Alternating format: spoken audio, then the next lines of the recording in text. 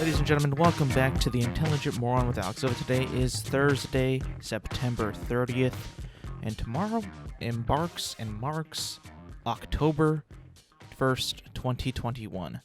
Now, this went by super fast.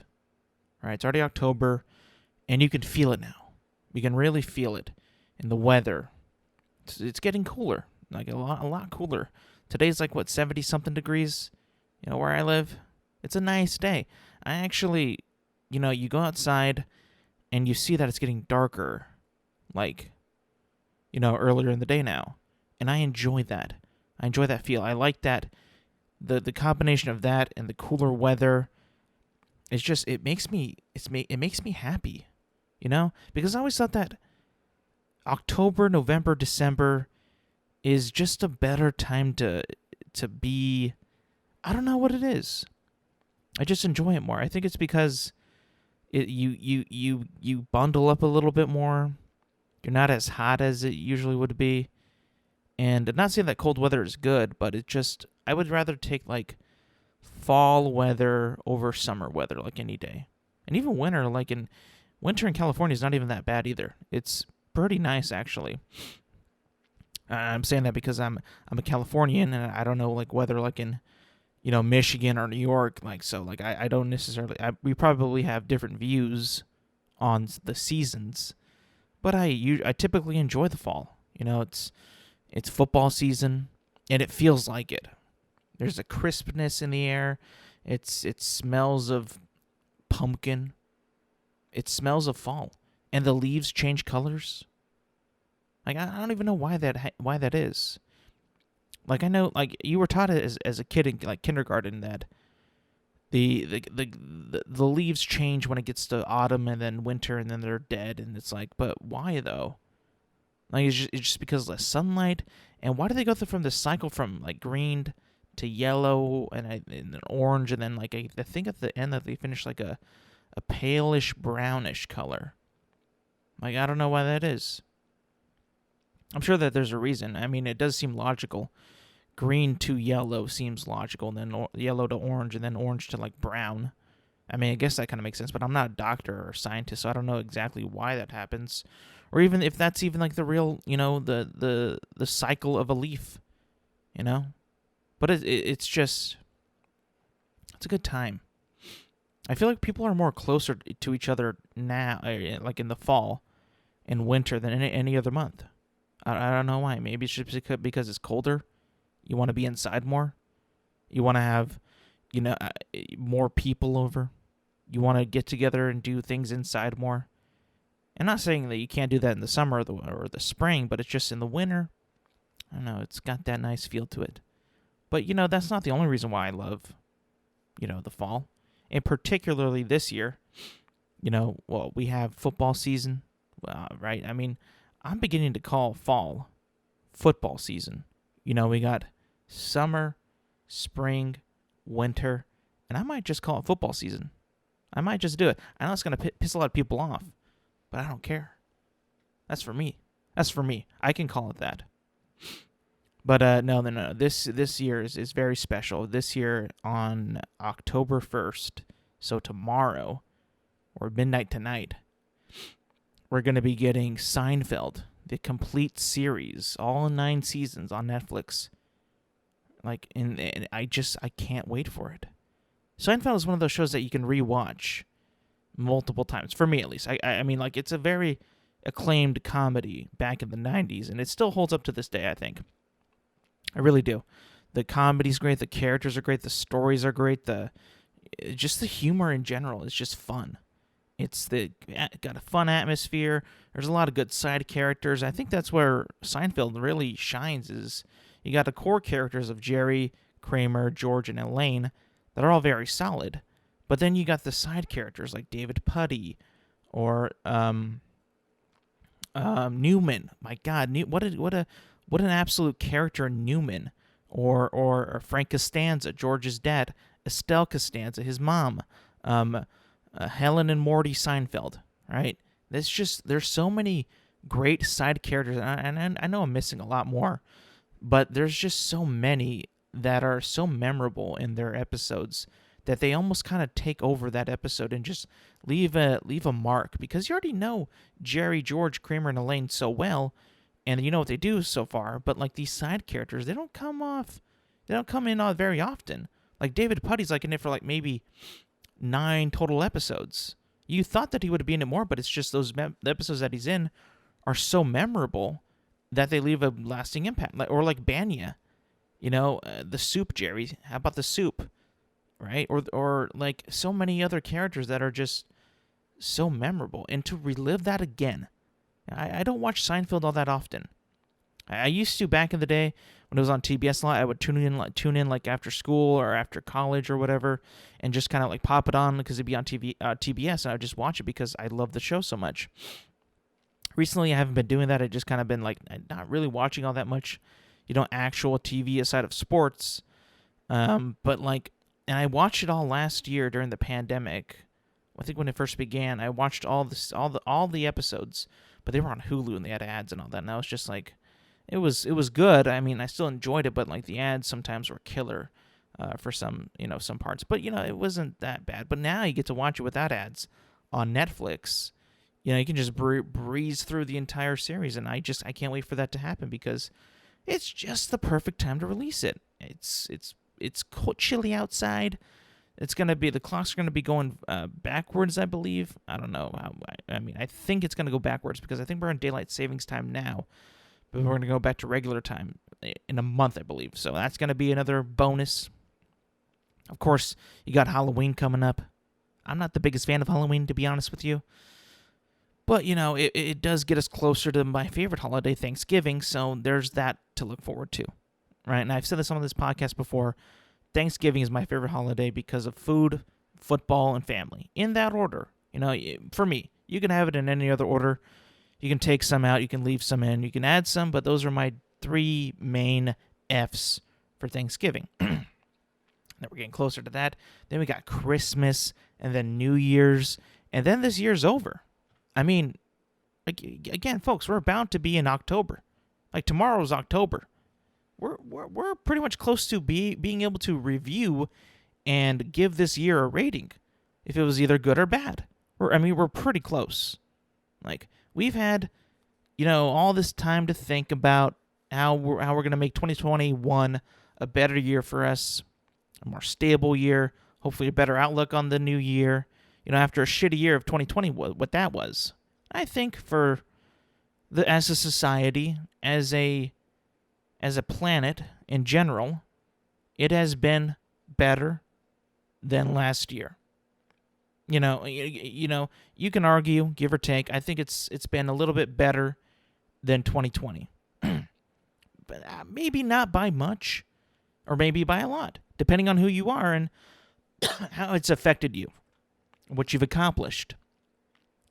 Like, for instance, this podcast.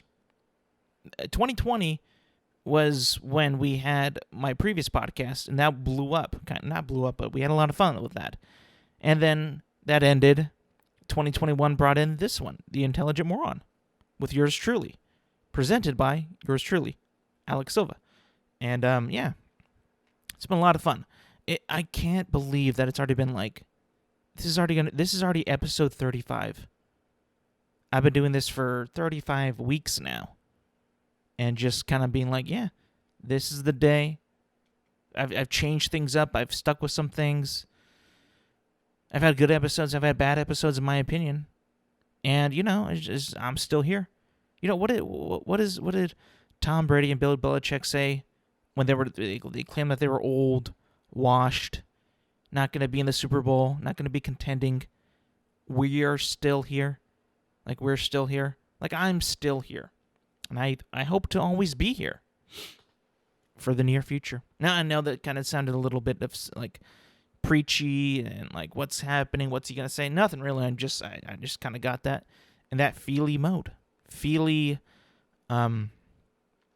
spirit, I guess. I mean, what else could I say? I don't know. I'm not sure. Got a buddy's birthday coming up. If you remember my previous podcast and on the Out of the Ordinary Friends, my good buddy Michael's turning, I believe, 21. 22. This coming up a couple days. and I got him an amazing gift that I can't say because he listens to the show, but I've showed it to other people that are going to be at this celebration, hopefully, of his birthday, the day of his birth. And they've all been like, dude, this is a great gift. This is an amazing gift. And I know that he's going to be listening to this. And it's probably killing him inside because I've mentioned it a couple times to him. Bro, like, you're going to see this gift. This might kill you. This might kill you. This might make you either mad or happy or sad or joyful. You know, it could be anything. I just hope that you like it. I hope that you like it. I think you will, though. I certainly love it. So, you know, if that gives you any indication of what you might feel about the gift, well, you can then ponder that for the next few days until your birthday comes and then you see your gift. But I think it's a great gift. I'm just saying. I mean, I'm not the best gift giver. I'm really not. But I think that I nailed this one on the head. Like, I nailed it. But, you know, we'll just have to see when you receive it. But I can't wait, bro. I cannot wait. Now, I know it sounds like I'm talking to him in the room, but he's not even here. Right? Michael, you here? No, he's not here. But yeah, moving on. I know that Discovery Plus is very popular nowadays. I don't have it. My sister does. She enjoys watching those shows about food or Guy Fieri or, you know, and other people's cooking shows on there. I typically, if I had it, would watch Animal Planet, Discovery Channel. Mythbusters is on there. That's always a big win for me. Even though I haven't seen it in, like, you know, years, I remember that was just a show that, oh, that's very interesting, or that's cool, or I would want to watch that. I also watch a lot of the Nat Geo stuff on Disney Plus. I think those are pretty cool. Like, I watched this whole documentary on, like, ancient Greece, and I was so intrigued because I was also at the time playing Assassin's Creed Odyssey, and I was like, bro, this is hella sick. This is really cool. Like, it actually made me want to look into more about ancient Greece stuff, and, you know, potentially in the future, maybe travel to Greece. I was gonna say ancient Greece, like I can't go back in time. But yeah, I would want to go to Greece and, like, just see those places and see those monuments and what humanity has created in the past. I think it'd be really cool. But, you know, there's another show, you know, types of shows that they have on there, because they also have, like, other networks on there that show a lot of home shows. Like, like, I believe Chip and Joanna Gaines are on there, and, like, my sister, my mother, they love those shows. And, like, they're so crazy about it that they watch them all the time. And, like, they'll watch episode after episode after episode, like, hoping and envisioning and wishing that they had that type of house. Or like, we can get that house maybe. Or I'm going to get that kind of house when I get a little older. You know, when I own a house. Like, I'm not like that. I don't see entertainment in that. I don't know why. Maybe it's just because I'm, like, I mean, I'm very minimalist when it comes to, like, you know, furniture and all that stuff, like a coffee table, a chair, a TV. I mean, if I had my own, like, with my own place, I'm gonna have, like, a chair, a TV, a desk, my Xbox, and my bed. I mean, refrigerator, yeah, table, sure, dining room chair, yeah, but, like, I don't need, like, a whole lot of stuff to, like, make myself feel at home, really. I don't know. I mean, maybe it's just, like, how I feel about it now. Maybe when I, you know, actually buy a house and I'm like, oh, I want all this. I want that. I want this painted this way. I want it, you know, hardwood floors. Or I don't want carpet, or I want this, or I want that. I don't know. Maybe I will change. But as of, you know, the moment, I'm just some basic-ass idiot who doesn't want anything. And I think that's fine. I mean, I've seen, like, these memes on, like, the internet of people, like, saying, like, it's, like, literally, like, a picture of, like, some dude's living room, and it's just, like, a foldable lawn chair, a TV, a fridge, and then that's it. And then, like, people would say, like, it's a meme, right? So someone made it, like, guys like this feel happy about their life. And it's like, well, I mean, not everybody who's making the meme is like you, who needs, like, a lot of things. Now, I'm just assuming that, because if you made the meme like that, you clearly think that this guy's, house is disgusting, or it's like, embarrassing. But to him, it's not. To him, it's home. Maybe he's going to upgrade a chair or two. Maybe he doesn't. But that, to him, he's happy. And that's also like, you got to, watch out with your financial stuff too. What if he can't afford to buy an actual couch or a lazy boy chair? Not a sponsor. But what if he's like, you know what, I'm going to buy that soon. But for now, for a few months, I'll rock like this because, I got my own place. After work, I can come back here and chill. I sleep here. I eat here. I do all my shit here. I just got a place, right? And I can work on my, maybe get promoted, get another job maybe, or get some extra money. And, and then I'll start to upgrade my living space, my living, my home life, And I think that some people don't even want to upgrade. They're happy with what they have. And they treat it like, I worked hard for this. And I did this and I did that, and now I have this. If I didn't do any of that, what I did, I wouldn't even have this. So in their mind, they could be completely happy. It all really depends on the person. And I think I would fall into that category of just being minimalist and just not getting all that much stuff. I mean, really, I don't need a lot of stuff. I mean, I think I said before, if I didn't need to have a suitcase, I'd just travel in plastic bags.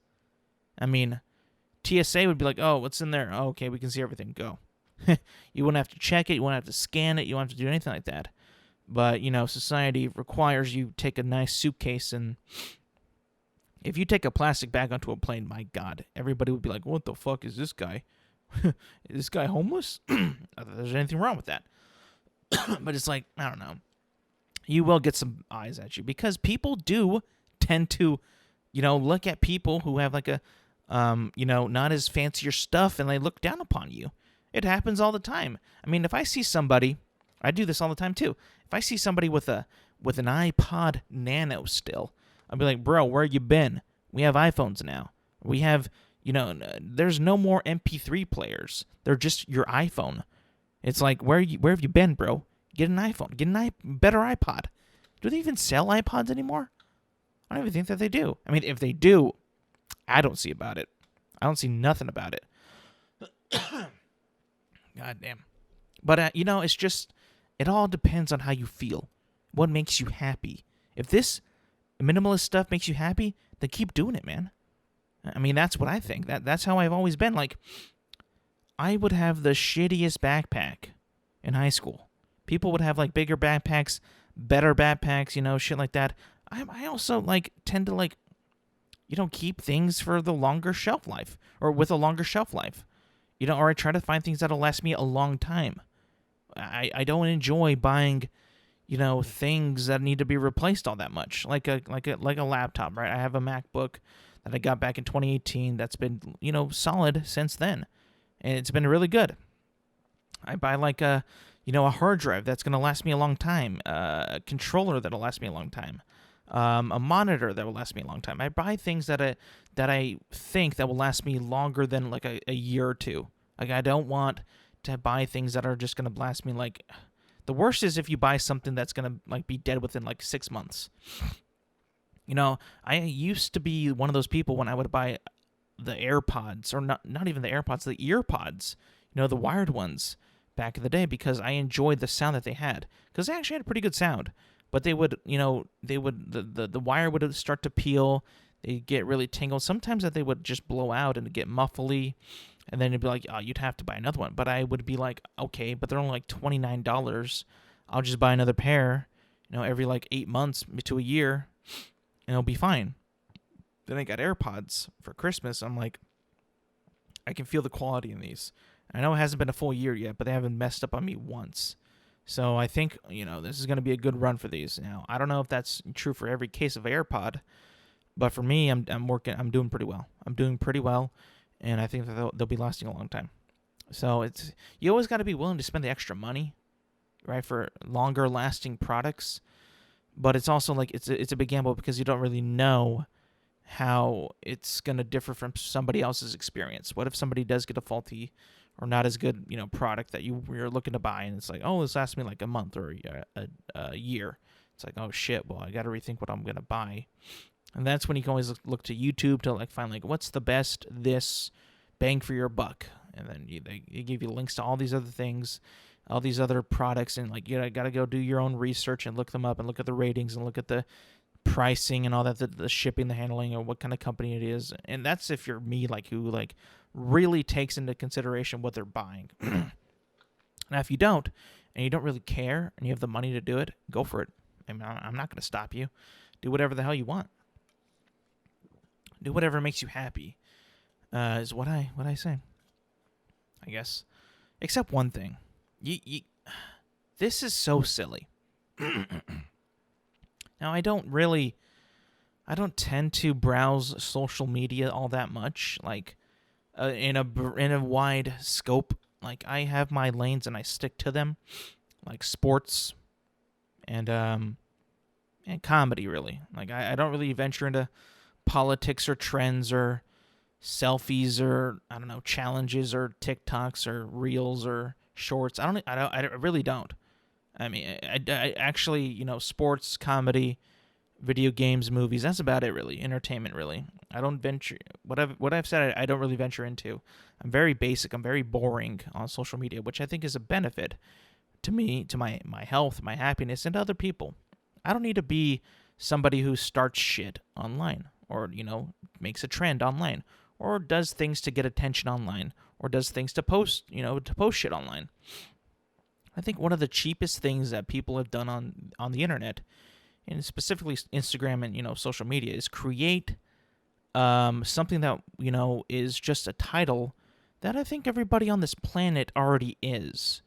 And I think that is a foodie.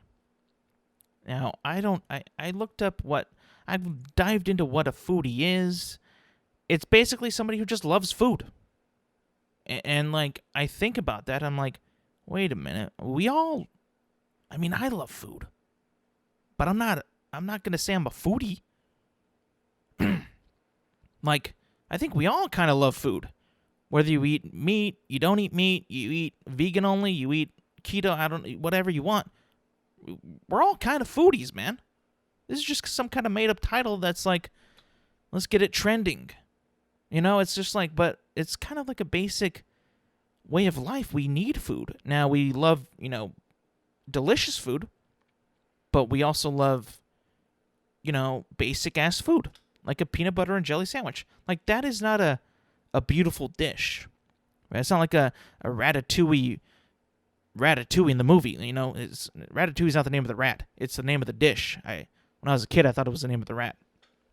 But it's not like it's not a beautiful, stylized, eye-catching, you know, plate of food. It's just very basic, like a cheeseburger, very basic. Hot dog, very basic. But it's like, I mean, I don't understand. Like, can you post it hashtag foodie? Like, yeah, but, I mean, everybody is one. And yeah, at the end of the day, everybody's a goddamn foodie. I don't think that there should be, you know, a hashtag or a title or a community of foodies. Like, we're all foodies, really. You ask anybody in the world, do you love food? They'll say yes. Everybody will. It's like, have you met anybody who doesn't like to eat? I don't think you have. I don't think there's anybody in the world that says, "Oh, I hate eating. It's a waste of time." I don't think I've ever heard that in my life. I really don't. Because one, you're satisfying your actual need of hunger, right? You're starving, like your stomach is gargling. It's begging you, please feed me now, or I'm gonna die. Like I'm gonna turn over in your stomach and make you feel terrible, right? So you need that. Your body shakes. You get weak. You can't concentrate. So you eat food, right? And you don't even necessarily, you need to eat it. You can drink it. You can smoothie it up, blender it up, mush it up. I'm sure some people that are really sick get fed through a tube, unfortunately. But you need food. But also, like, if you're like a perfectly fine guy, like you're healthy and all that, you can eat. And you also love the taste of food, right? There's just something about it that I can't explain of why food tastes the way it is.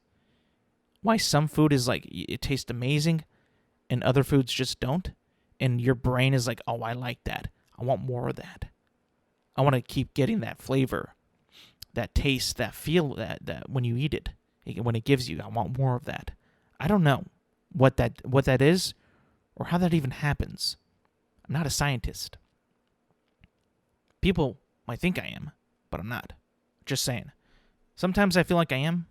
I try to be, but I know I'm not. I'm just shit talking. I'm just spitting and I was about to say facts. I'm just spitting dumb out here. Spitting dumb. But it's like, I don't think that anybody really doesn't like eating. I mean, maybe if you're biting your tongue a lot or your lip a lot, and that keeps happening, for a day you'd be like, I can't eat. I can't eat today. I don't even want to eat. You bite your lip and like, I knew I shouldn't have fucking ate. You know, you get mad about it. You start bleeding. But if anybody actually hates eating, you know, maybe DM, leave a comment if you actually hate eating. Like, you're like, I hate eating. Pisses me off. You know what I hate more than anything in life? Eating. You know what I hate more than the Taliban? Eating. You know what I hate more than crime? Eating. You know what I hate more than politics? Eating. Hate eating. Nobody's ever... Excuse me, people. Nobody I know has ever had, like, that much hatred towards eating food. Nobody. It's also like, how could you? I think it just goes against our natural order of survival and feeling good. Because when you do eat a good food, you feel good. And you eat plentiful, you feel good. If you don't eat a lot, or if you don't eat enough, you get mad. You know, that whole full... There's a fine line between full, you know, like being full of food, and being satisfied. As I've grown older, I've been able to find that fine line a lot more. And as a kid, I would eat till I was full, you know, all the time. My parents would be like, don't eat till you're full. Eat till you're satisfied. I'd be like, okay, whatever. I'll just keep on eating. I used to be able to kill, like, 7 slices of Little Caesars pizza. 7 slices. Nowadays, maybe 3, 4. But back in the day, 7, dude. 7. And then me and Ed's, like, 10. And if you don't have a me and Ed's around here, it's only a Central Valley in California thing. But it's very good pizza. I'm a big fan. But I could kill, like, maybe 10 slices back in the day. Because it was so airy and light. Crackery crust. Not that thick. Delicious, too. I could just eat that all day. Cheeseburgers. I used to eat a shit ton of McDonald's back in the day. Shit ton. Like, I would get 2 McChickens, 2 McDoubles, and this is back when they were $1.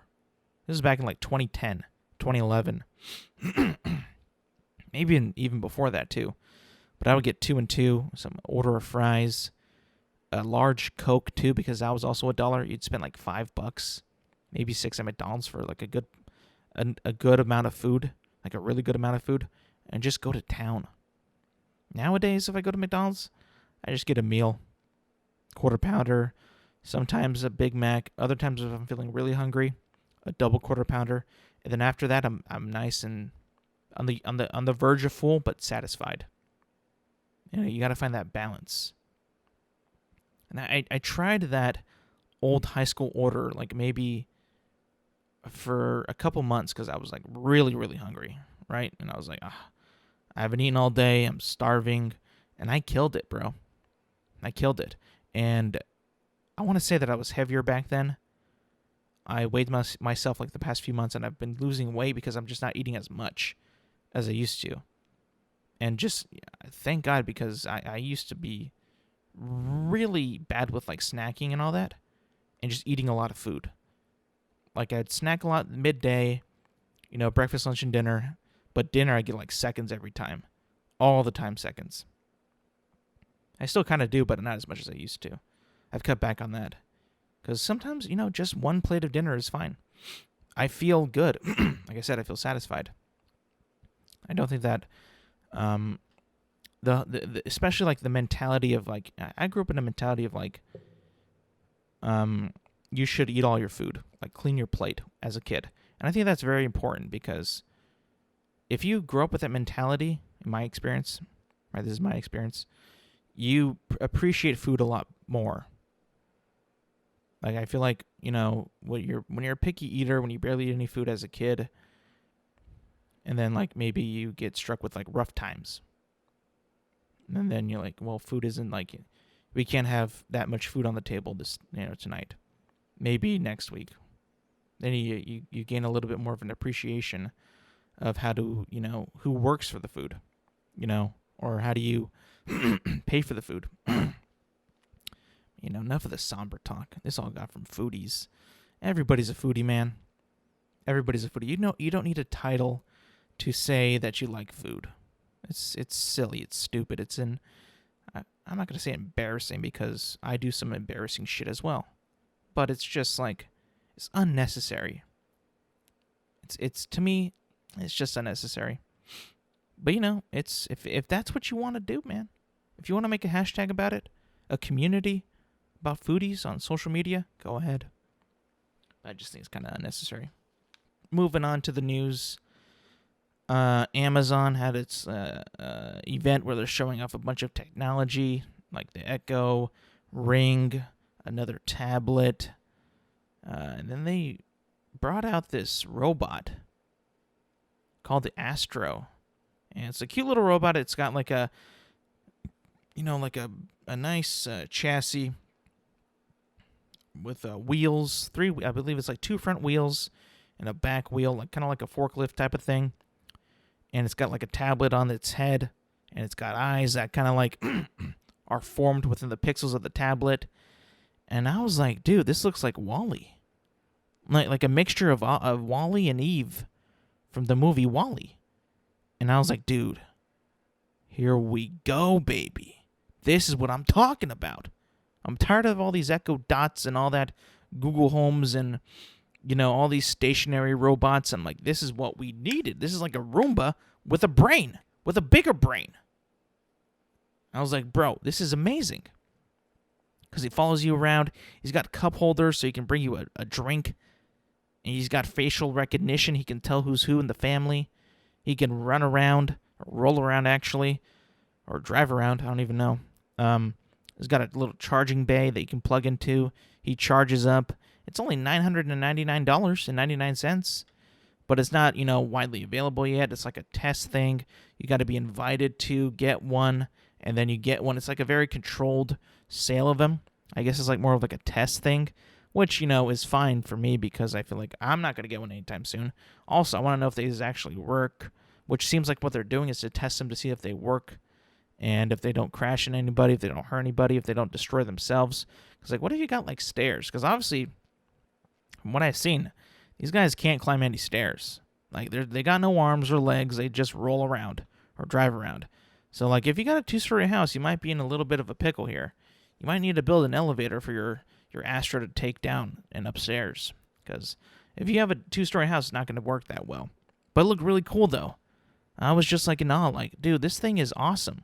This is like an actual home robot that actually moves around and can recognize people, can do tasks.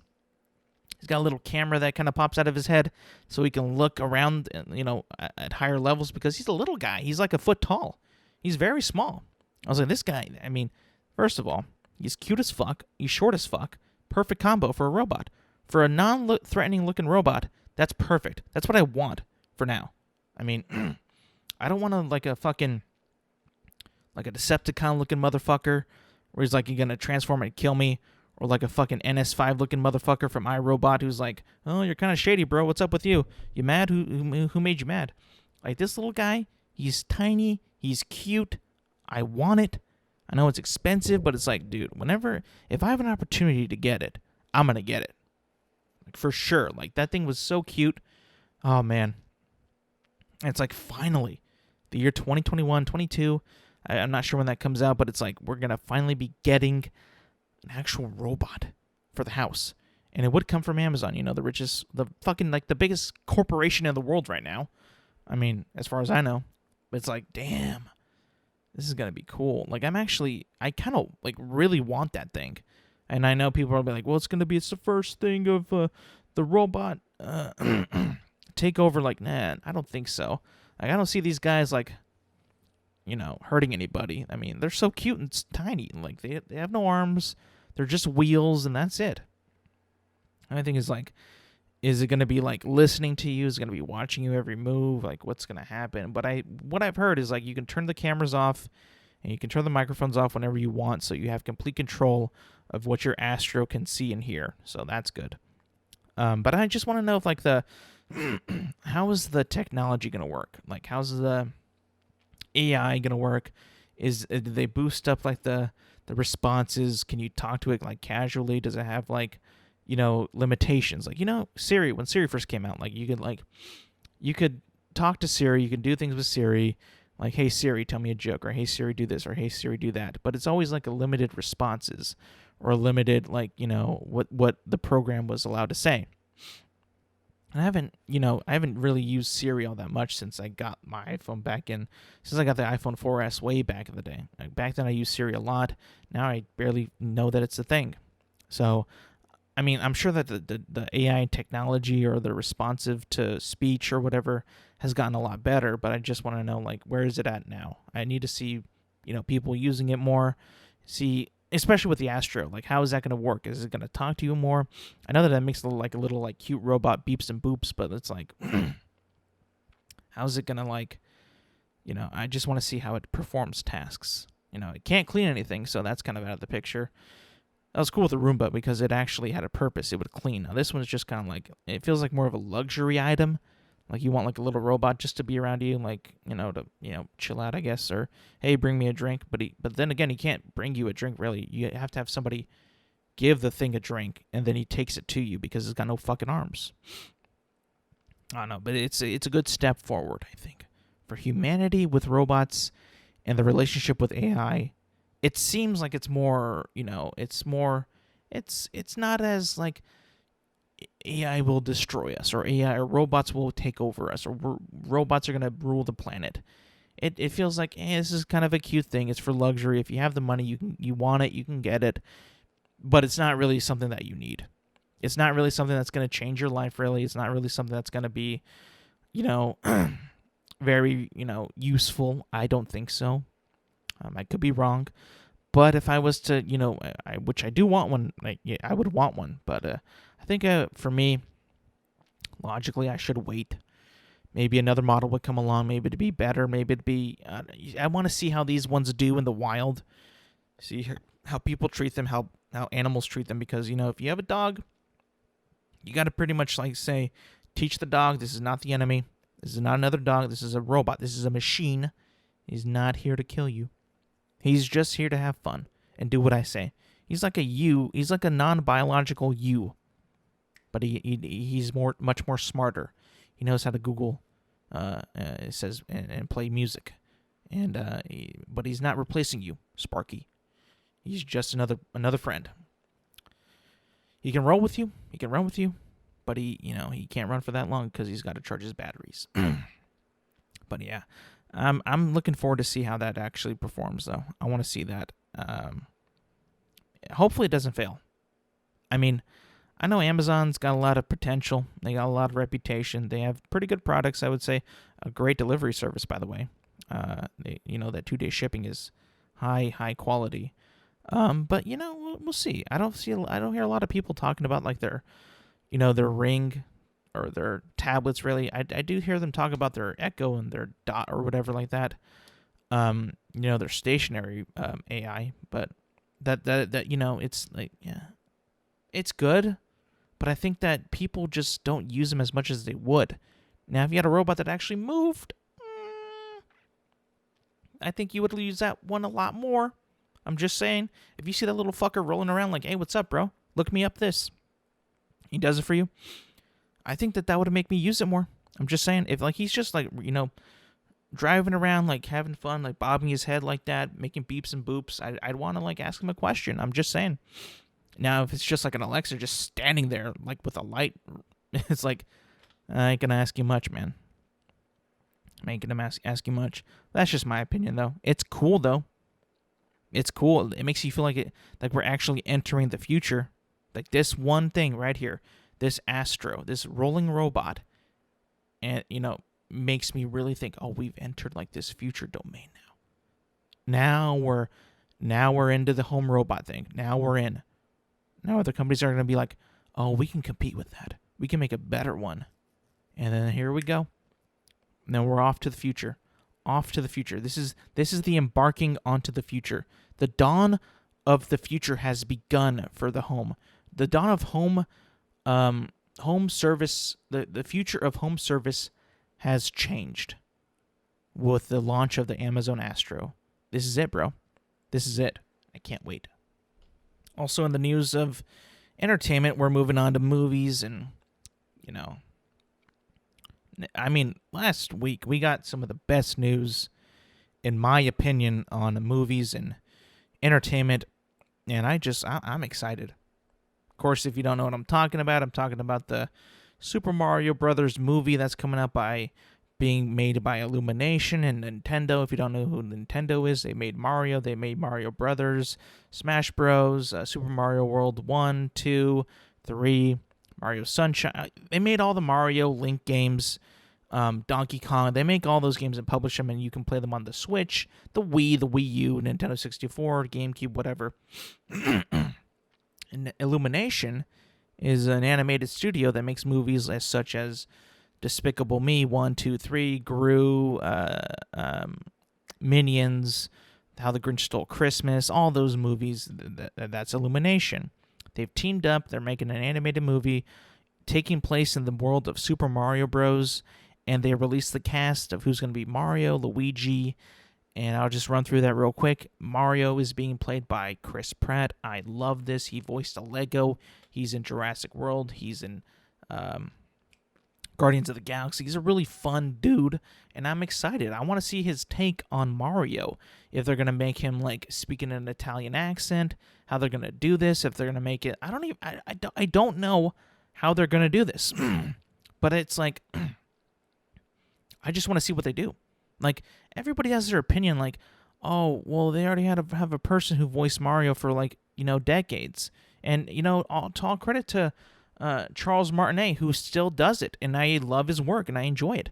But you gotta understand, like, this is gonna be a movie. This is a little bit different than a video game. In most of the video games, like Mario just says "hoo-hoo" and "waha." It doesn't really speak all that much. A couple games he does, but like in the mainline Mario games, like Odyssey and Galaxy, doesn't really speak on that much. So it's gonna be new. It's gonna be challenging for some people, but I think it's gonna work out. And we got Charlie Day playing Luigi. I mean, what a great casting for the younger idiot brother, Luigi. If you know this, I'm not a big fan of Luigi. So Charlie Day as Luigi makes a ton of sense.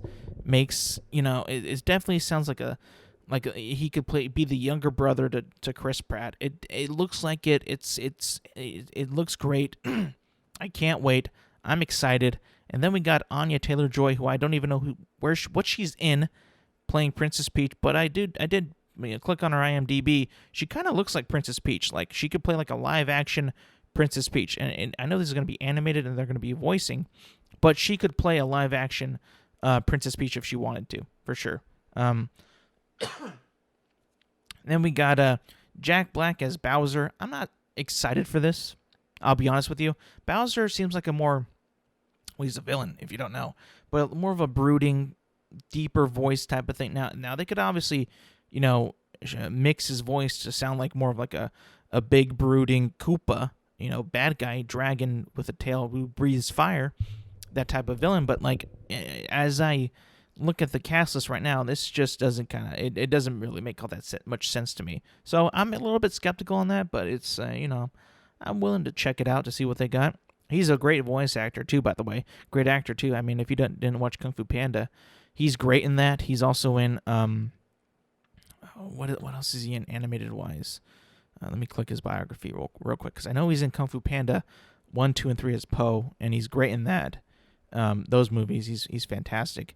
He's let me check this out right now.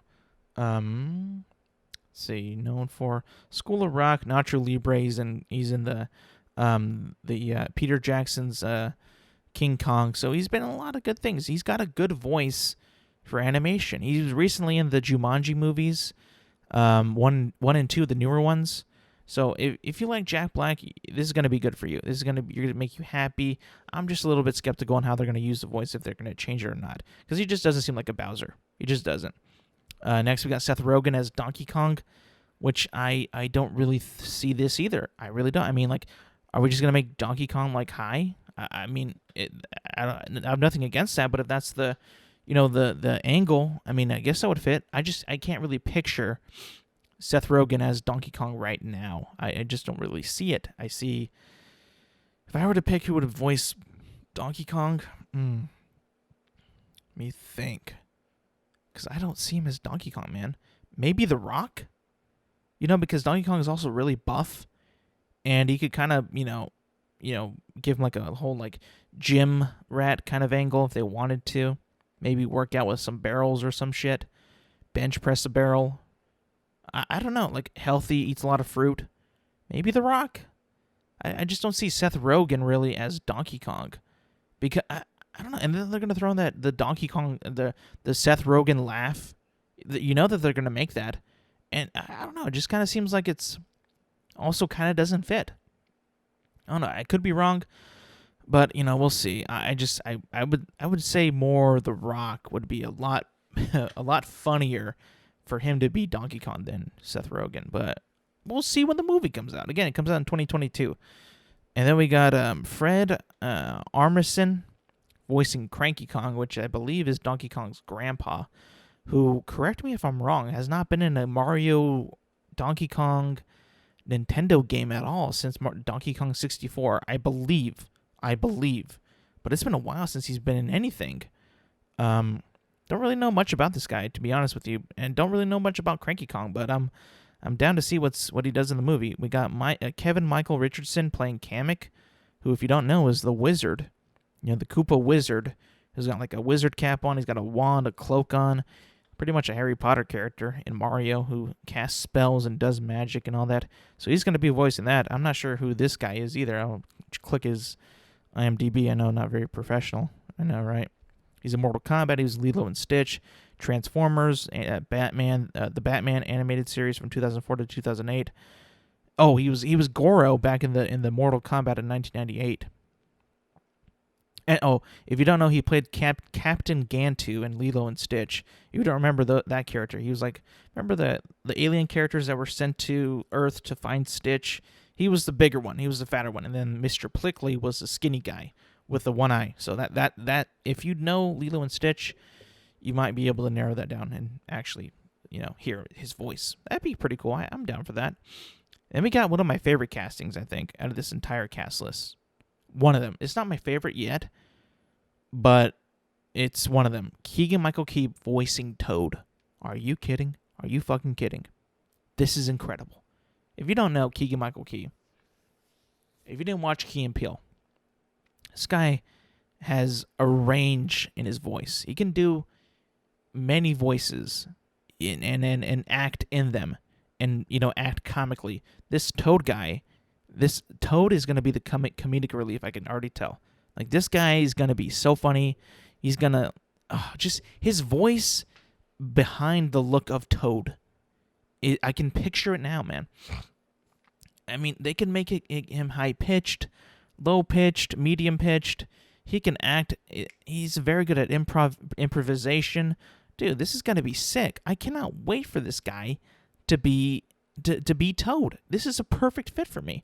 I mean, there's already some funny photoshops of him, dressed up as Toad with like the little mushroom head and all that. And I was just thinking like, oh, this is gonna be awesome. I cannot wait for this. Then we have Charles Martinet voicing other voices. Obviously, he's the original Mario and Luigi voice.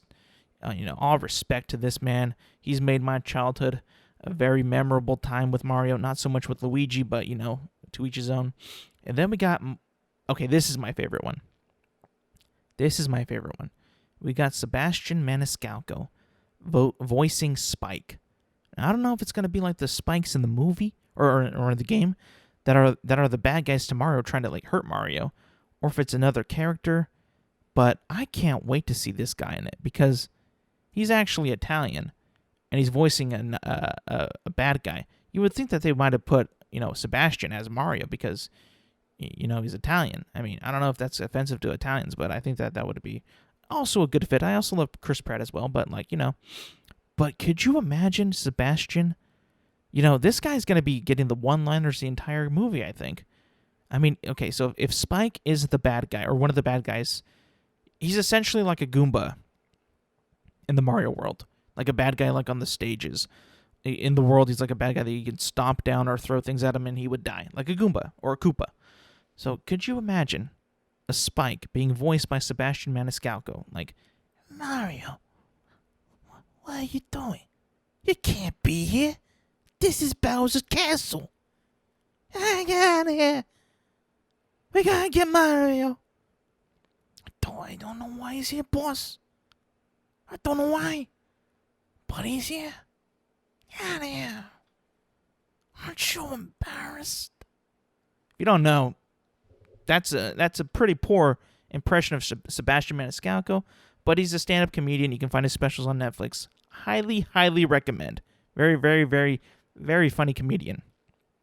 But yeah, that's the cast list that we have so far. It's going to be directed by, Aaron Horvath and Michael Jelenic. I think that's how you pronounce it. They're known for doing animated shows like, both of them have done Teen Titans Go and Batman and, Naruto. So, yeah, I mean, these guys are pretty much going to be animated. The bread and butter you can pick for an animated movie to bring in an animation, film of an adaptation of a video game and, video game series with other characters like Mario, Luigi, Donkey Kong, Cranky, Spike, Bowser to life. I mean, I'm excited. I know a lot of people on the internet hate Chris Pratt, but I don't. And, or they say that they hate Chris Pratt. But, I'm a very positive guy with this. I'm excited. I just gotta wait to see that first trailer. Hopefully that isn't not like a deal breaker for me because it could, like any other movie, any type of project that's being based off an existing property, and this being a video game series or series could fail. Very much could fail. But I'm very positive. But I'm also gonna be like, I'll wait to see what they show me before I make my decision to. I'm not going to bullshit you. I'm going to see it no matter what. But it's like, to think it's going to be good or not is going to vary from what we see in the future. So there's that. I'm excited for that. Yeah, can't wait to see this. Cannot wait. Jesus. All right, now we're moving on to sports. And lately, we've been talking a lot of football lately. A lot of football, a lot of the NFL. But we're going to shift gears a bit, and we're going to talk about Major League Baseball because since tomorrow is October is the month of the MLB postseason. Now, it kind of it could go into November depending on the scheduling, but usually it lasts all of, pretty much only in October, pretty much. But it could extend to November. But usually October is when all of it happens, and it's one of the best times of year. Like I said at the beginning, fall is here. It's football season. I'm reclaiming fall in my mind as football season and renaming it actually. But also, when October rolls around, we get NFL, regular season football, college football, if you like that. I don't.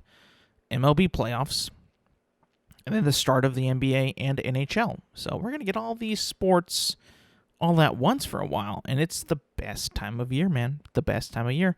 I absolutely love it. And then we're getting into, like I said, the postseason. If you don't already know who my team is, I'm a Los Angeles Dodgers fan and have been for a while. And right now we're looking pretty good, I gotta say. Yeah, we're behind the Giants still, but we're doing well. We're winning some games. We probably won't clinch the division because the Giants are just a really, really, really good team. but it's going to scare me. I'm actually kind of scared right now, because they're really good. And I know that we're also very good as, the Dodgers, but for some reason it's like it feels like the Giants just play us really, really good more often than we do, I think. Now, to credit where credit is due, the past few years we've been beating them. We've been, in the playoffs, we've been doing better, actually, is what I meant to say. We've been doing better than them, but we still lose to them. Even when, like, last year when they were bad, we would lose to them a lot more than I would like it. This year, now that they're the best team in baseball, record-wise, and even you could argue, like, roster-wise as well. I mean, they're just doing things that you can't really place how or why they're so good. They just are. Their pitching's great. Their hitting's great. Their coaches got them all bought in. I mean, credit where credit is due. They're the best team in baseball. Now, we're right behind them. And I know that we have immense talent. Mookie Betts, Trey Turner, Max Scherzer, Clayton Kershaw's back. A.J. Pollock just got back. Cody Bellinger's getting healthier. Justin Turner is our captain. Max Muncy, Chris Taylor. We have a ton of Will Smith. We have so much talent, but with that talent, I believe we succumb to pressure more than other teams, because it's true. We should be winning this year's World Series and even next year's World Series. We should be, but that pressure, I feel like, is just so immense that it kind of prevents us from doing that. That's just my take.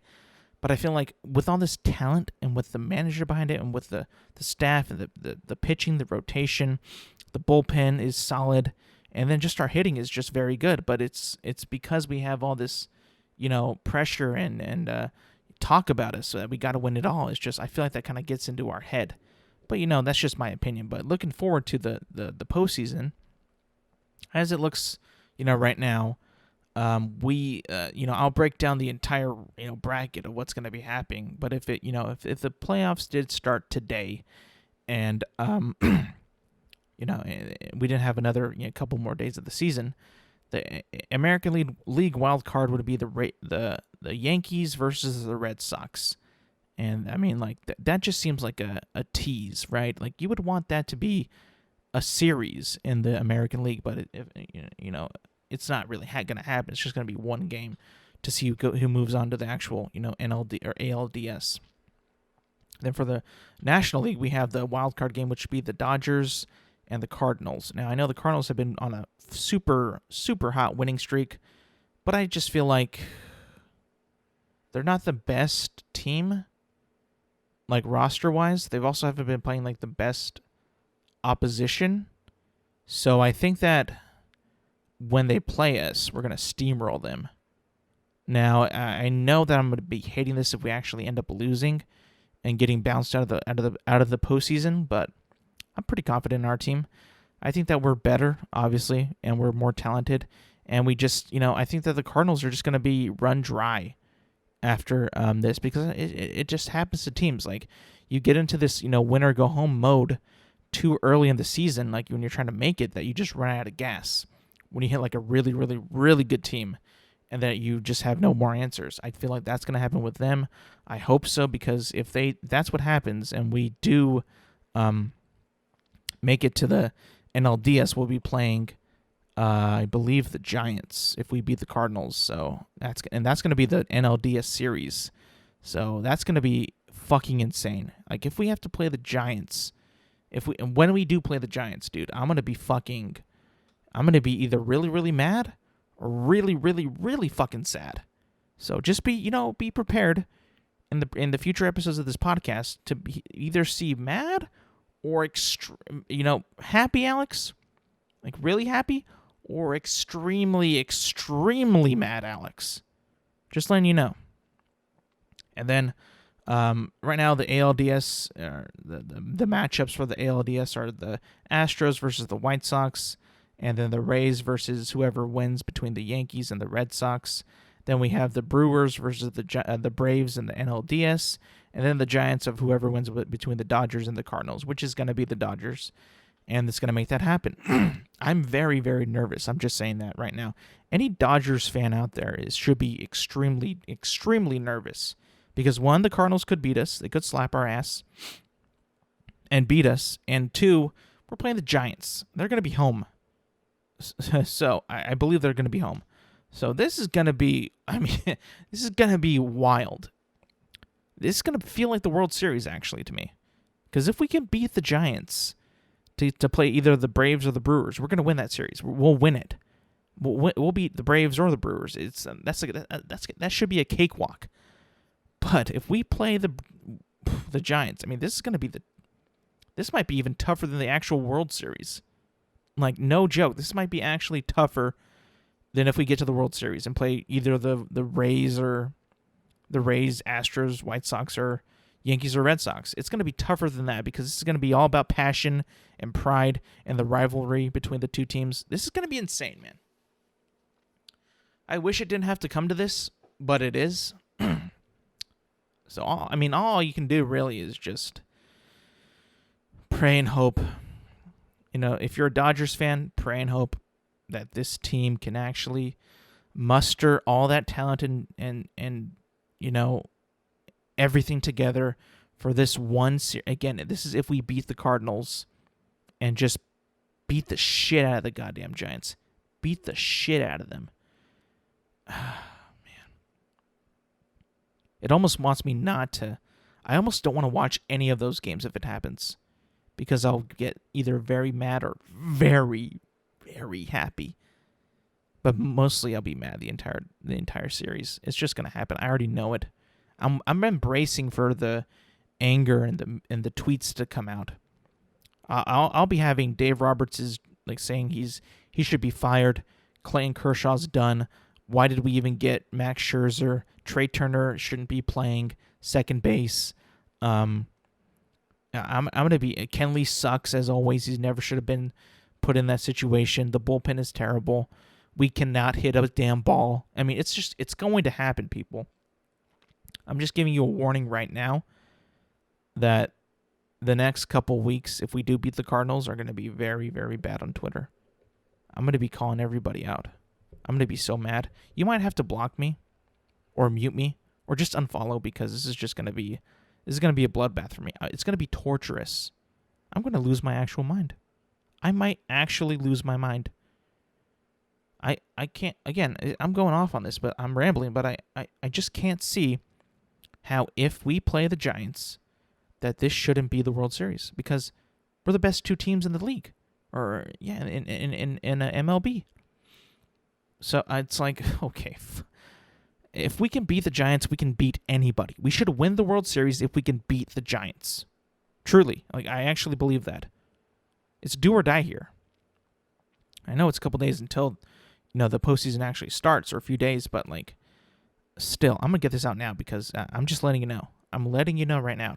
It could be a dark, dark October for your boy Alex here. A dark, dark October. Just be prepared. Be prepared. All right, moving on. That was baseball. Now we're into football. Week 3 just happened. A lot of stuff happened. A lot of things that we should be on the lookout happened. Maybe some rookie quarterbacks on the bust watch. Maybe all of them. Hey, I don't know. I'm just saying it. I'm calling it as I see it.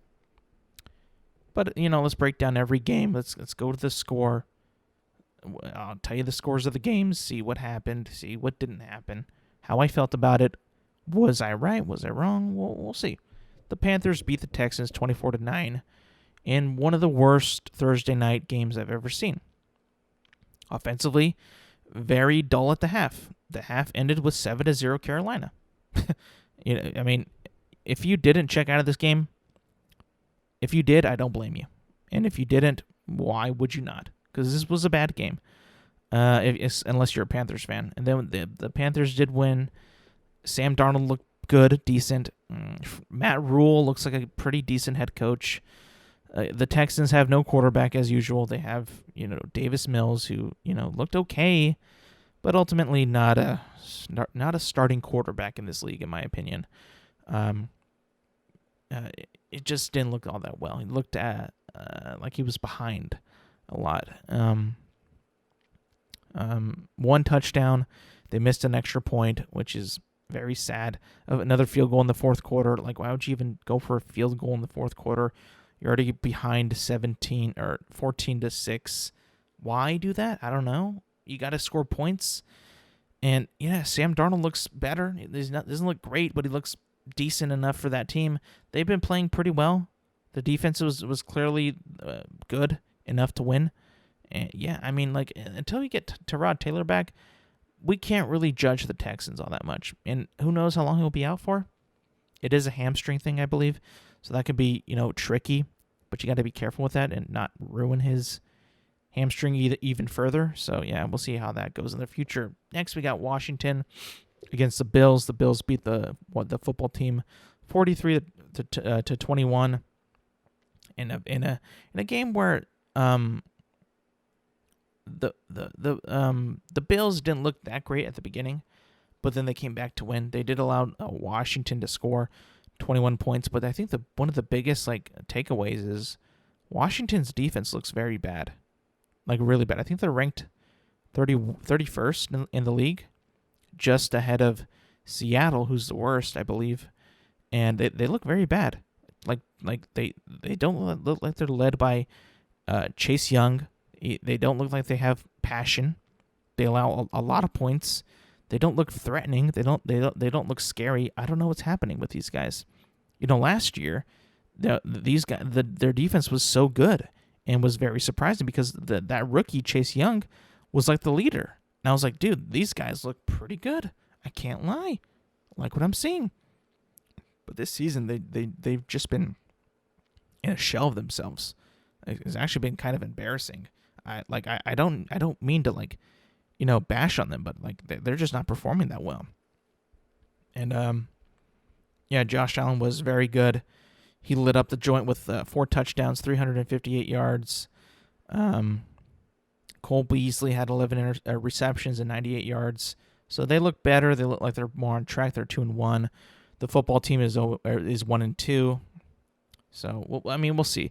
The NFC East has not looked that great, aside from the Cowboys. So, we'll see. They might just, be in the playoffs, right now. You can probably say that they'll be in the playoffs right now because of the rest of the teams of the NFC East. I guarantee you, right now, some people are just going to put them in right now because everybody else in that division looks like crap.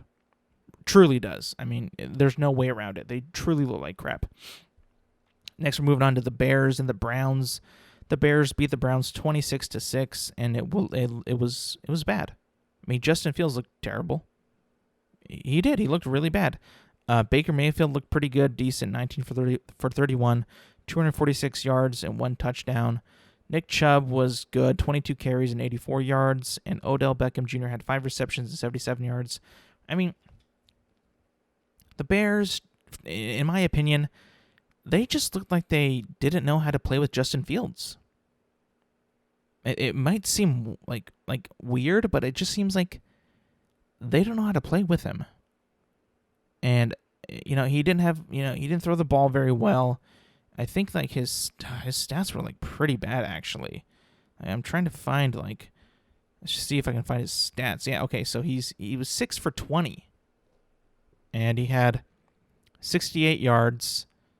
And his QBR was 6.0. Yeah, it just looked really bad. No interceptions, but averaging 3.4 yards a pass. Yeah, not good. I mean, I don't know what it is. I don't want to call him a bust yet, but it's not looking well.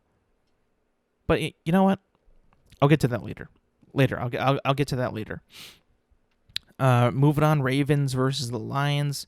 Ravens win 19-17. Look, I mean, when you got a kicker like Justin Tucker, who's going to make a 66-yard field goal off the crossbar and in, I mean, that's greatness right there.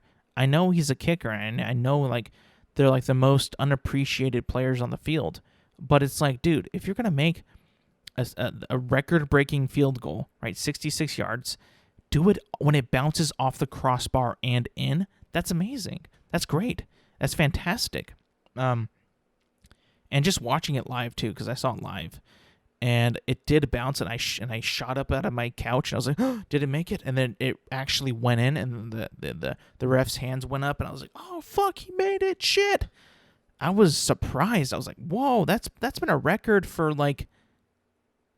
years, bro. I remember when Matt Prater hit that in Mile High in Denver. I was like, holy shit, that was sick. Congratulations to Justin Tucker and the Ravens that are now 2-1. The Lions are 0-3. Look, I'll say this about the Lions. They look like they actually compete well. Like, they compete well. I love their coach, Dan Campbell. He's got a very fiery personality. He's got a very passionate, he's very passionate about his team and his players. I really like that about him. I think that's really cool. But yeah, I mean, like, there's one to compete every game, but you got to start winning these games. You got to put together a game plan where you can actually walk out with a win, and not just say that, oh, we competed.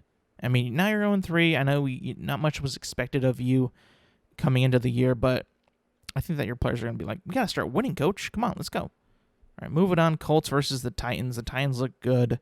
They're on a roll now. They won 2-1 after that first week loss that actually, including me, was saying, like, are the Titans frauds? They look a lot better. They just beat the Seahawks the week before, and then they beat the Colts. Who the Colts actually, they looked really bad with Carson Wentz out there, even though he was, injured both of his ankles. It looked pretty bad. They looked not that great. They had, like, pretty much no receivers out there besides Michael Pittman Jr., who I did start in my league because, fuck everybody else. And, so the Titans look better. They look like they're actually for real. They don't look like frauds. They might be legit. They might be, I don't know. We'll just have to see when they actually play, like, the Bills maybe, or in the future, or the Chiefs if they actually do play them. I'm not sure if they do play them. Then we got the Chargers and the Chiefs. The Chargers beat the Chiefs 30-24. The Chiefs did what they kind of do the previous games. They kind of half-assed it the first half. They turned on the Jets in the second half, then they actually, would end up winning the game. You never should bet against Patrick Mahomes, right? Or say that he's going to win or lose, actually. And, I never was that type of person, but the Chiefs, after these last two games, maybe you could, because they haven't looked all that great. They look kind of like, that they're always in, like, cruise control for too long, then they actually turn up the Jets and they actually play well, and then they actually win the game. But these past two games, they haven't been doing that, and they've actually, lost kind of on, like, last possessions. Patrick Mahomes didn't play that well. He threw a couple picks. Justin Herbert threw four touchdowns, and yeah, I mean, the Chargers, they don't look convincing yet, but they definitely can win games. And, like, they'll win games. They can win games in the long run. Like, I think that they'll actually be a contender, but don't be, super high on them, because it could easily derail any time, I think. The Saints beat the Patriots 28-13. Jameis comes back. He has a better game. Mac Jones had a bad game. 30 for 51, 270 yards with one touchdown. Alvin Kamara did decent, 24 carries and 89 yards. Look, I mean, like, it was just a game of, like, you have a rookie quarterback and I don't, and I have a good defense. So I'm going to make your rookie quarterback look really bad against my elite defense, because the Saints defense is really good. They're really, really good. The offense isn't there yet because they don't have Michael Thomas, I think, and Jameis is still learning the system of Sean Payton. So I think a little bit more time they'll get better, and they won't be as, let's see, I think they'll have a stronger offensive presence when they get that Michael Thomas back, and Jameis really is immersed into that Payton system, that Payton system. So yeah, the Saints beat the Patriots 28-13. Falcons got a win. They beat the Giants 17-14, and they actually, not my favorite win, because the head coach Arthur Smith doesn't have a reason to put Kyle Pitts when they're in a red zone opportunity. Like, I mean, he's my fantasy tight end, bro. He's talented as fuck, but you're not going to put Kyle Pitts on the field? Like, what's going on here? Like, I know that I'm just me bitching about my fantasy team, but, like, if you're a Falcons fan, why the fuck are you not putting Kyle Pitts for a red zone scoring opportunity? I don't get it. I don't understand. And he's been so underperforming this entire season. It's been really annoying too, because it's just like, dude, he's so talented. He's really good. He's an athletic monster. He's big. He's strong. He's fast. Like, what is the problem here? I don't get it. And then the Giants, yeah, they did the Giant things. Saquon, 16 carries, 51 yards, 1 touchdown. He's still not doing enough, man. He's not doing enough. I don't know what it is. I don't know if he was hurt. He might have been. But it's just not enough anymore. You got to unleash this motherfucker. Like, it's just, if the Giants are still holding him back, no, you can't be doing that anymore, because you got Alvin Kamara with 24 carries. You got, who else had to fuck? Derrick Henry with 28. I think I saw some, I'm going to get to it, but I think Najee Harris had like 41 carries, I think, if I can find it. No, 14, sorry. He had 14 carries. I mean, come on, man. And he's a rookie. So they got Daniel Jones, 24 for 38, 266 yards, no touchdowns. So nothing's really working for them. I mean, it's going to be a long year for the New York Giants. I know a couple New York Giants fans are like, they don't even know what to do, because on paper they should be winning games, but they're not. Daniel Jones is, like, on paper not that bad of a quarterback, but you might have to take a second look at it and be like, maybe he's not the guy for the future. Maybe it's just not going to be him. Moving on, the Bengals beat the Steelers 24-10. Listen, it's really painful to see the Steelers lose this bad and see how ineffective and how, like, just how Big Ben is. I mean, he had 38 for 28. He was 38 for 28, 318 yards, 1 TD. That's a lot of throwing for a man who's that old. He's been in the league for so long, when you can clearly see that he's not younger Big Ben, not old Big Ben. He's just, it's sad. Because these guys, I mean, 10 points. 10 points. I mean, like, that's just, and the yardage is not bad for 38 completions. I mean, it might be kind of, might not be the best, but it's like, and then Najee Harris, 14 receptions, actually, not even rushing, actually. I was wrong on that. That's receptions, 102 yards. So, I don't know, man. And they have nobody to back him up, really. Like, I think they have Mason Rudolph still, I think. But he's not even that good either. They might need to, not saying tank, but maybe look to draft a quarterback, because I think this is going to be the final year of Big Ben in Pittsburgh, and it's not going to be the dream send-off that he wanted, clearly. Moving on, we got the Cardinals and the Jaguars. Cardinals beat the Jaguars 31-19. They looked dynamite. Not in the first half, but in the second half they did. They came to life because the Jaguars were actually leading this game 13-7 at the half. They're like, okay, the Jaguars look good. They were at home back in Duval County. Everybody's like, Trevor Lawrence is playing well. And, we could win this game. But then the Cardinals just stormed back to 17 in the third, 7 in the fourth quarter. Kyler Murray looking a lot better in the second half. And it's just like, yeah, the Jaguars aren't there yet. They're not there yet. They'll get there, hopefully, eventually. With Urban Meyer, maybe not this year or the next year. Maybe not even in his tenure there. But they'll get there without him. I believe so. Even with Trevor Lawrence, without Urban Meyer, I believe that they will get there. The Jets get fucking blanked by the Broncos 26-0. Zach Wilson continues to not play well.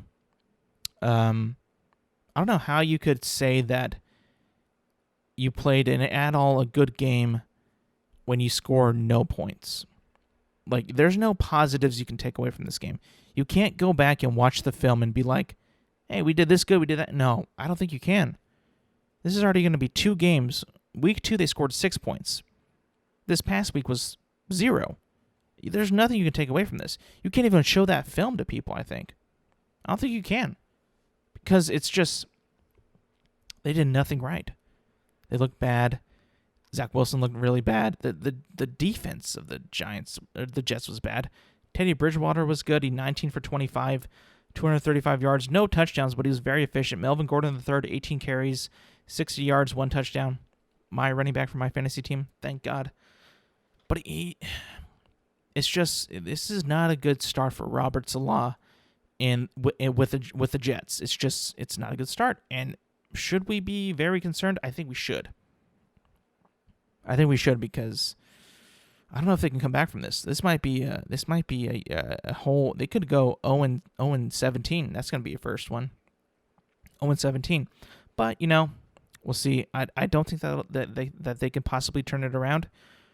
Truly, but anything's possible in the NFL. Anything's possible. I say that as I actually am confident. I'm not confident, but I can never say definitively that they won't win it, that they're going to go 0-17. I cannot say that definitively because I don't know.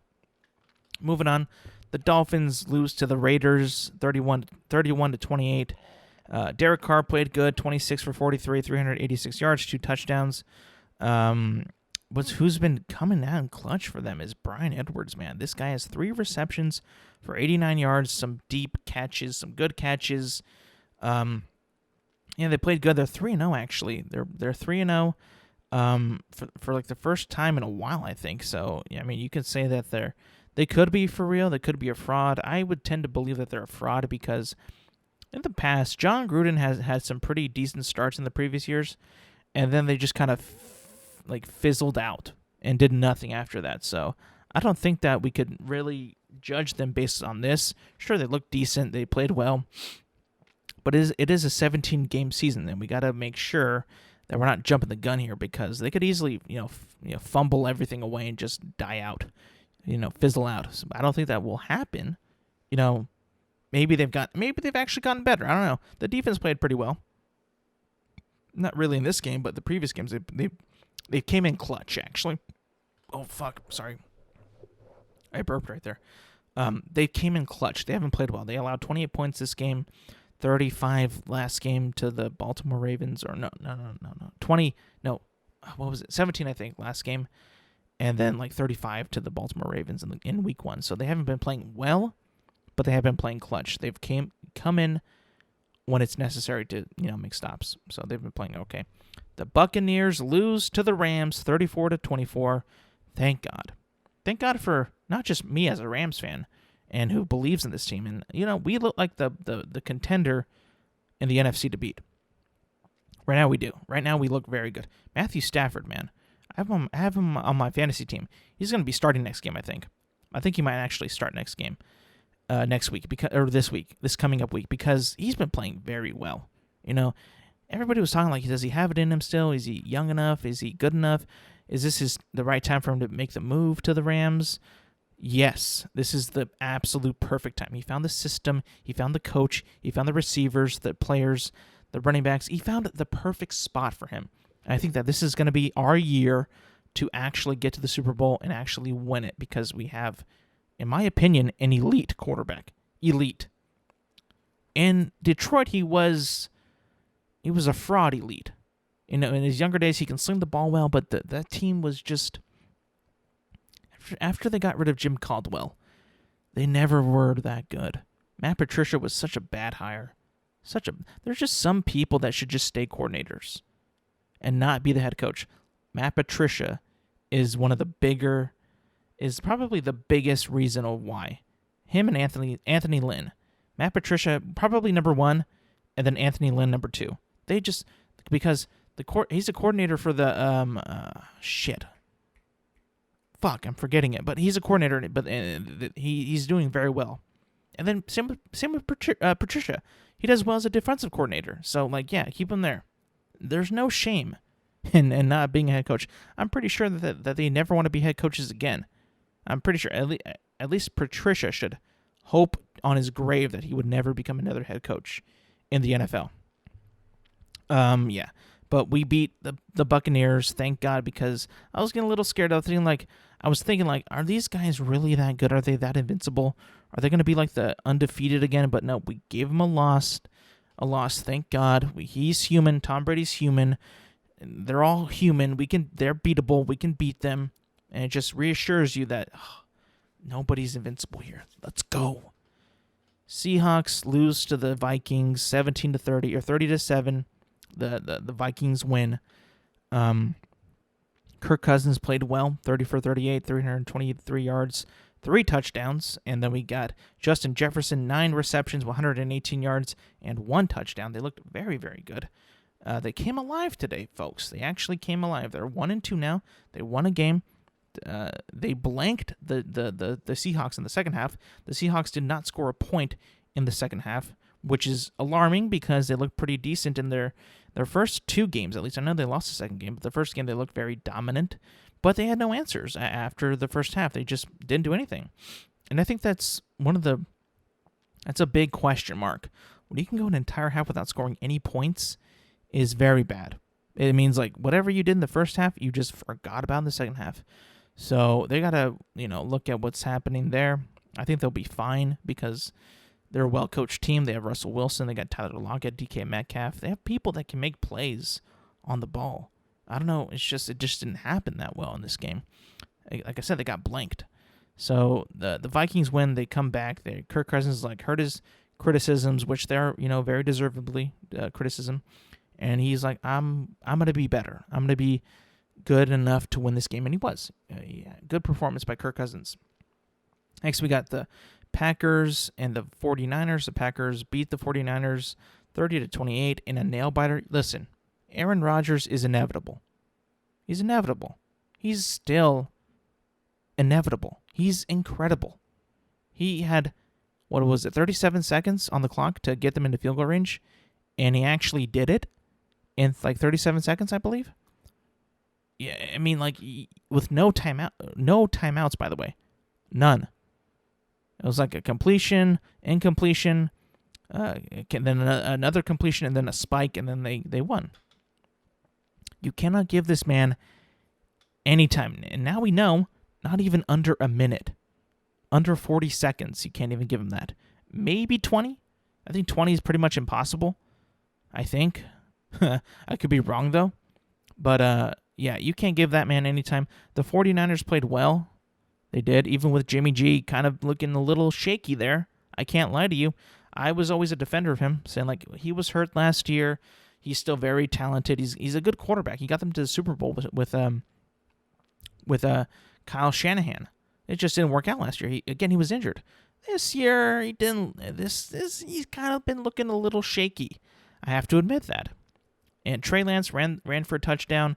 He looked decent. Again, they're just giving him dumbass plays to just run into because he's a rookie quarterback, and also he didn't play at all last year in college. He opted out because of the pandemic.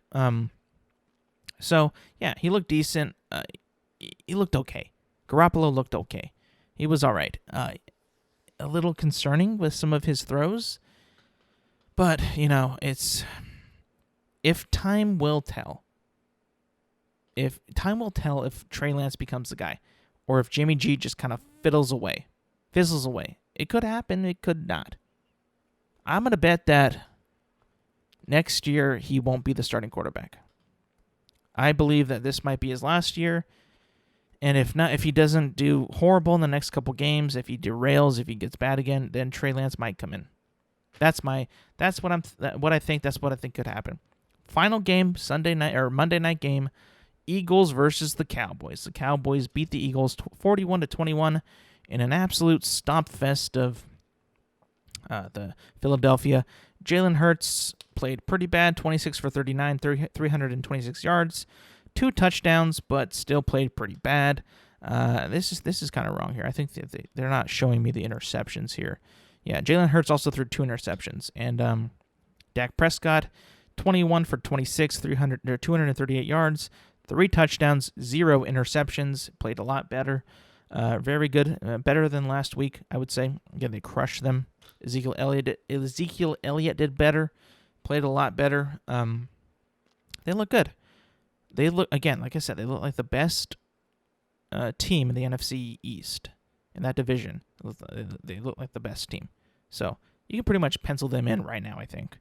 that they'll be in the playoffs, I think. Because these other teams, like I said, pretty mediocre. I mean, Daniel Jones, who's not a starter in my mind anymore. I think that he solidified that with these past 3 performances.